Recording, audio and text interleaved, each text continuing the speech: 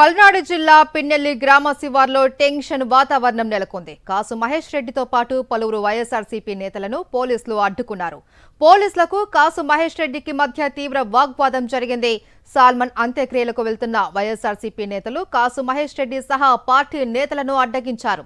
బారికేడ్లతో వైఎస్ఆర్సీపీ నేతలను పోలీసులు అడ్డుకున్నారు. అంత్యక్రియలకు వెళ్తే పోలీసులకు వచ్చిన నష్టం ఏంటి అంటూ పోలీసుల దౌర్జన్యం నశించాలి అంటూ కార్యకర్తలు బైఠాయించి ఆందోళన చేపట్టారు.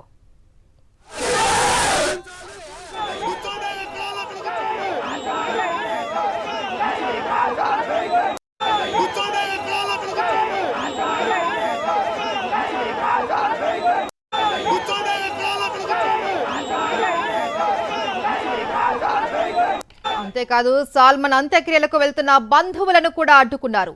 చివరి చూపు కూడా చూసుకొనివ్వరా అంటూ వారు ఆగ్రహం వ్యక్తం చేశారు.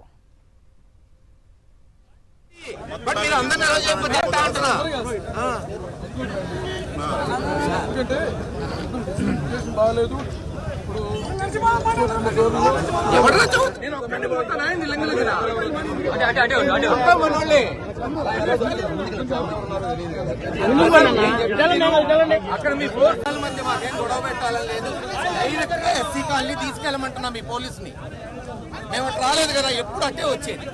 ఏమన్నారు పోలీసులు, ఒక్కసారి చిన్న జరిగితే రెండు మతాల మధ్య గొడవ అంటారు. అది కరెక్ట్ కాదంటే సహకరించాము.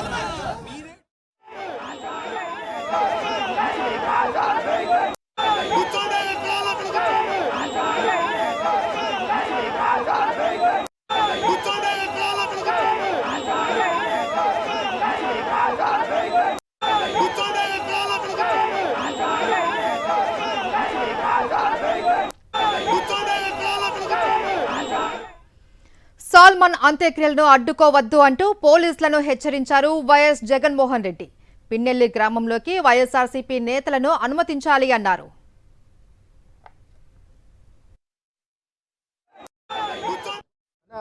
ఇదే సాల్మన్ ని మొన్న 3-4 రోజుల క్రితం మర్డర్ చేశారన్నా.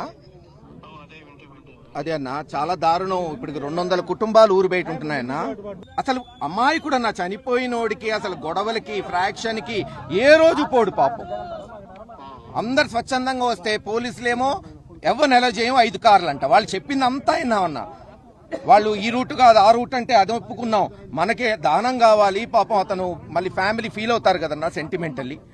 అన్ని ఒప్పుకున్నాం. తీరా ఊరి దగ్గరికి వస్తే ఇప్పుడు ఊర్లోకి అలౌ చేయరంట. ఓన్లీ 5 నాయకులు పంపిస్తారంటే రోడ్డు మీద కూర్చున్నామన్నా. ఇప్పుడు అనుజ్ రావు అని వాళ్ళ బ్రదర్ అన్నా. సార్ నమస్తే సార్. వింటున్నా. ఇప్పుడు జరిగిందంటే చెప్తాను సార్. మామూలుగా కూటమి ప్రభుత్వం అధికారం వచ్చిన కాడ నుంచి అందరం కూడా బయటే ఉంటున్నారు సార్. మేమందరం కూడా 300 నుంచి 400 కుటుంబాలు అందరూ కూడా బయటే ఉంటున్నాం సార్. ఇప్పుడిప్పుడే కొద్దిగా కొంతమంది ఈ ఇల్లు పొలాలు చేసుకోవడానికి అని చెప్పేసి వస్తుంటున్నారు సార్. అదే మన కోర్టు ఆర్డర్ కూడా మనకు అనుకూలంగానే ఉంది కదా. అవును సార్. దాన్ని చూసుకొని మనం అప్పుడప్పుడు కొంతమంది వచ్చేస్తారు సార్. అయితే బ్రదర్ కూడా ప్రస్తుతానికి గ్రామం పక్కన బ్రాహ్మణపల్లిలో నివాసం ఉంటున్నాడు సార్.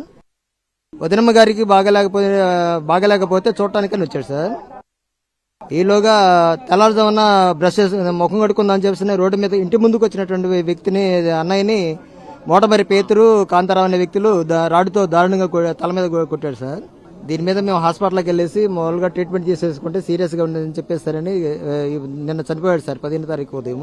మా మీద కూడా చనిపోయిన అన్నయ్య మీద నా మీద అక్రమ కేసులు పెట్టారు సార్.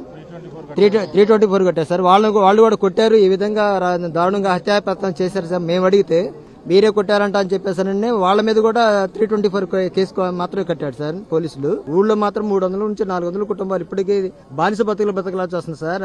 ఊళ్ళో కూడా నియంత్రితంగా ఉంది వ్యవహారం అంతా. ఈ పరిస్థితి అయితే మారాలని చెప్పేసి మేము అందరం కోరుకుంటాం సార్. చాచేపల్లి సిఐ ఎస్ఐ అన్న కేసులు కట్టింది. వీళ్ళు కోమాలో ఉంటే వీళ్ళ మీద 324 కట్టారన్న. అవతల మీద కట్టాల్సింది. డిజిటల్ డైరీలోకి ఎక్కించి జరిగిన చేస్తానన్నా, తప్పకుండా చేస్తానన్నా. మీ దగ్గరికి కూడా తీసుకొస్తానన్నా వచ్చే వారం వాళ్ళని. సరే, మన ప్రభుత్వం వచ్చినాక ఎంక్వైరీ చేసి తప్పకుండా. మాకేం లేదన్నా, రేపు వీళ్ళందరి మీద ఒక సిబిసిఐడి ఎంక్వైరీ అన్నా పడాలన్నా. ఓకే సార్, నేను చూసుకుంటా అన్నా. వేసామన్నా, హైకోర్టులో కూడా ఈరోజు వేసామన్నా, పిటిషన్ వేసామన్నా, హ్యూమన్ రైట్స్ కూడా పెడతామన్నా. తప్పకుండా అన్నా. చేస్తానన్నా, చెప్పారన్నా ఇప్పుడే, నేను ఖచ్చితంగా చేసేస్తాను, చేస్తానన్నా. థ్యాంక్స్ అన్న, తప్పకుండా.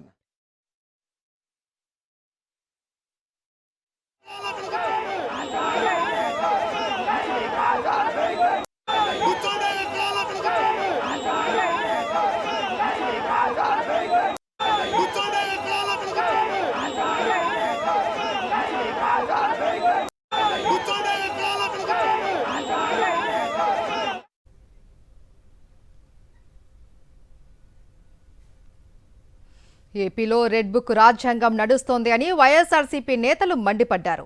పిన్నెల్లిలో వైఎస్ఆర్సీపీ కార్యకర్త సాల్మన్ అంత్యక్రియలకు వెళ్లనీయకుండా పోలీసులు అడ్డుకోవడంపై ఆగ్రహం వ్యక్తం చేశారు. సాల్మన్ హత్యా ఘటనపై హైకోర్టుకు వెళ్తామని తెలిపారు. బాధిత కుటుంబానికి అండగా ఉంటామని హామీ ఇచ్చారు వైఎస్ఆర్సీపీ నేతలు. పోలీసు వ్యవస్థ పూర్తిగా జరుగుతుంది అనేటువంటి కనబడతా ఉంది. ఇవాళ స్పష్టంగా అర్థమవుతా ఉంది. వారు మమ్మల్ని కొట్టి, మమ్మల్ని చంపి, మాపైనే కేసు పెట్టి మమ్మల్ని అరెస్ట్ చేయడానికి ప్రయత్నం చేస్తే చనిపోయినటువంటి వ్యక్తి పైన 324 కడతారా? అతని మీద అతనికి దెబ్బలు తగిలితే కొట్టినటువంటి వాళ్ళని 324 కడతారా? చచ్చిపోయినటువంటి వాడి మీద 307 కడతారా? హత్యా ప్రయత్నం కడతారా? ఇది ఎక్కడి న్యాయం అనేటువంటిది అడుగుతున్నాం. ఈ హత్య ప్రయత్నం జరగటమే కాదు, హత్య జరిగిందంటే కారణం దీనికి ప్రభుత్వ పెద్దలు అంటే చంద్రబాబు నాయుడు దీనికి బాధ్యత వహించాలని కూడా తెలియజేస్తాం.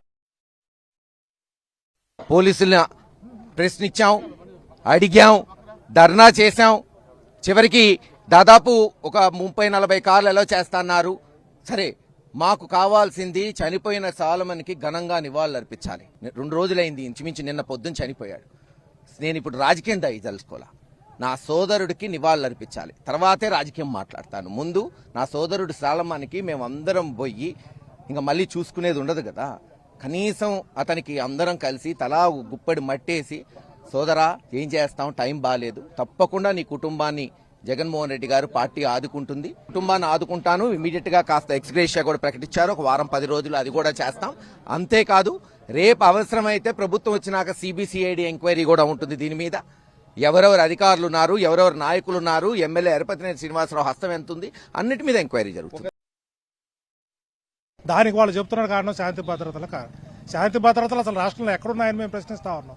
శాంతి భద్రతలు లేకనే కదా ఇవాళ ఒక పేద దళితుడిని అకారణంగా, అతను చాలా సౌమ్యుడు, ఎవరితో గొడవ పోయేవాడు కాదు, ఇంతకుముందు ఎటువంటి కేసుల్లో కానీ ఫ్యాక్షన్లో కానీ ఇతరత్ర ఆయన వ్యాపారాలు ఎక్కడ అతనికి చిన్న వివాదం కూడా లేనటువంటి వ్యక్తిని అకారణంగా కొట్టి చంపి, ఆయన భార్యకి ఒంట్లో బాగాలేకపోతే చూడటానికి వచ్చినటువంటి వ్యక్తిని అకారణంగా కొట్టి చంపిందే కాక